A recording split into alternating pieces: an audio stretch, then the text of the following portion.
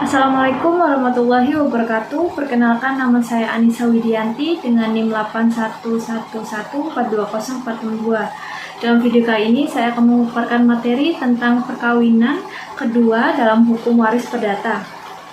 Tujuan video ini dibuat untuk memenuhi tugas mata kuliah hukum waris perdata. Adapun materi terkait yang akan dibahas secara lebih mendalam mulai dari definisi dari perkawinan kedua itu sendiri, konsep pembagian harta, serta akan saya berikan sedikit ilustrasi kasus yang dilengkapi dengan penyelesaiannya.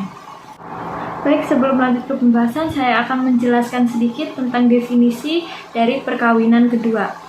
Yang dimaksud dengan perkawinan kedua dan atau selanjutnya, yaitu perkawinan yang terjadi setelah putusnya atau telah berakhirnya perkawinan pertama, di mana hal itu dapat disebabkan oleh beberapa sebab, seperti cerai dan atau meninggal dunia. Baik, selanjutnya adapun dalam hal pembagian harta warisan dalam perkawinan kedua memiliki konsep sebagai berikut. Yang pertama, pembagian harta warisan yang dalam hal tidak adanya persatuan harta, dan ada juga dalam hal adanya harta persatuan. Yang kedua, pembagian harta warisan dalam hal ada harta persatuan dan keuntungan, serta dalam hal ada harta persatuan dan kerugian.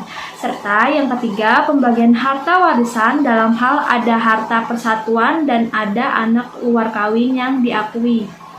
Baik, akan saya jelaskan terkait konsep tersebut. Dalam hal tidak ada persatuan harta dimaksudkan bahwa harta masing-masing pihak hanya akan dikuasai oleh masing-masing pihak.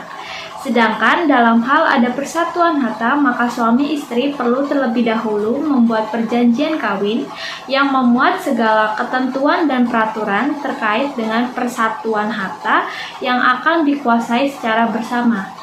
Yang kedua, pembagian harta warisan dalam hal lainnya berupa adanya persatuan harta dan keuntungan, yakni suatu kondisi perkawinan yang tidak terdapat perjanjian kawin, namun terjadi harta persatuan bulat dan terdapat keuntungan bersama yang dikuasai oleh pasangan dan atau para ahli waris yang sah.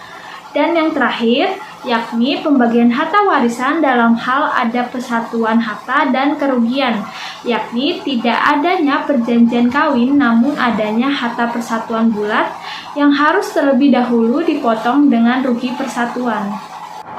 Baik, selanjutnya di sini saya sudah ada sebuah ilustrasi kasus yang mana Steven meninggal dunia meninggalkan seorang istri dan seorang anak dari perkawinan kedua bernama Reva dan Cleo. Seorang anak dari perkawinan pertama bernama Robert. Perkawinan antara Steven dan Reva dilakukan tanpa terlebih dahulu membuat perjanjian kawin.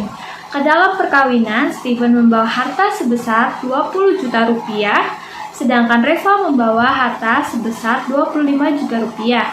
Harta peninggalan pada saat Steven meninggal dunia sebesar 90 juta rupiah. Lalu, berapa jumlah yang diterima masing-masing ahli waris Steven? Untuk penjelasan dan penyelesaiannya, mari kita simak-simak di slide selanjutnya ya. Di sini saya sudah memiliki skema atau bagan untuk ilustrasi kasus tersebut, di mana Steven memiliki seorang istri dan anak dari perkawinan kedua yang bernama Reva dan Cleo. Kemudian, di perkawinan pertama, Steven memiliki anak bernama Robert. Perlu diketahui rincian harta dari ilustrasi kasus tersebut, yaitu harta bawaan Steven 20 juta rupiah, kemudian harta bawaan Reva 25 juta rupiah, kemudian dijumlah menjadi 45 juta rupiah, kemudian ada harta persatuan 90 juta rupiah, kemudian ada untung persatuan 45 juta rupiah. Ahli waris Steven yaitu Robert, Reva, dan Cleo. Robert, Reva, dan Cleo itu menjadi 1/3 bagian. Kemudian kita cari bagian Reva sebagai istri, yaitu harta persatuan dikali 1/2, yaitu 90 juta rupiah dikali 1/2 sama dengan 45 juta rupiah. Kemudian kita cari harta warisan Steven. Harta warisan Steven yaitu harta persatuan dikurangin dari bagian Reva menjadi istri, yaitu 90 juta rupiah dikurangin 45 juta rupiah sama dengan 45 juta rupiah. Kemudian Robert, Reva, dan Cleo itu harta warisan Steven dikali 1/3 bagian masing-masing, yaitu 45 juta rupiah dikali 1/3, yaitu masing-masing mendapat 15 juta rupiah. Kemudian bagian Reva 45 juta rupiah ditambah dari 1/3 harta warisan Steven, yaitu 45 juta rupiah ditambah 15 juta rupiah sama dengan 60 juta rupiah. Karena ada batasan pasal 852A dan pasal 181 KUH Perdata, maka harus diketahui jumlah manfaat Reva. Untuk itu, terlebih dahulu kita harus mencari harta Reva.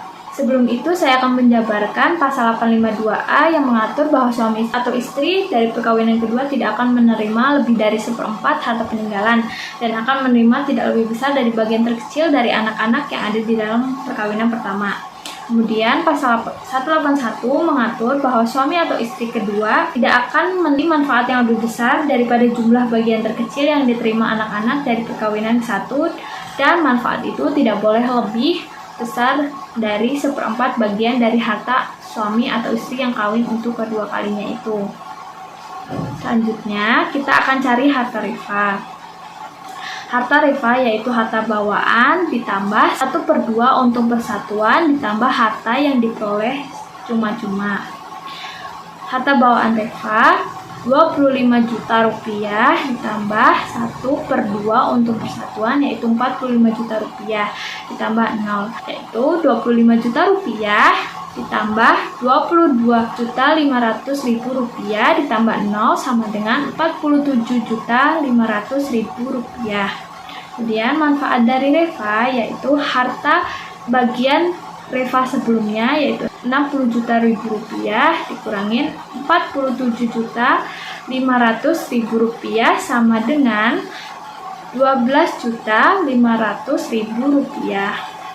Kemudian dicari harta Steven yaitu harta bawaan ditambah 1/2 untung persatuan ditambah harta perolehan cuma-cuma. Itu harta bawaan Steven 20 juta rupiah ditambah 1/2 dari untung persatuan yaitu 45 juta rupiah ditambah 0, itu 20 juta rupiah ditambah 22.500 juta rupiah ditambah 0 sama dengan 42.500.000 rupiah.